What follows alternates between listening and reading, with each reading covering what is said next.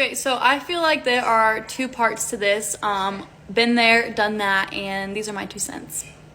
Oftentimes, when we continue to stay in a relationship that has turned to be pretty disrespectful and just not adding value to your lives anymore, it usually stems from the fact that you entered into this relationship with the person with this idea and this hope that you expected or you hoped that they would be one day. I've talked about it in a lot of my videos before, but how it is so important that we date the person who they are in this moment, that we never date the potential of what could be. And usually when people stay in relationships of disrespect, is because they're still holding on to that hope that this person could change and be the great person that you know that they could be one day.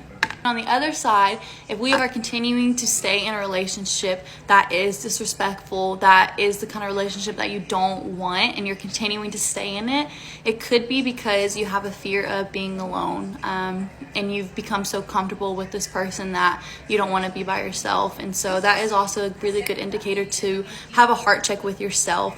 And another part to that, that goes hand in hand with the fear of being alone, is that if you're staying with someone who's treating you so poorly, it also could be a lack of your understanding of your self-worth.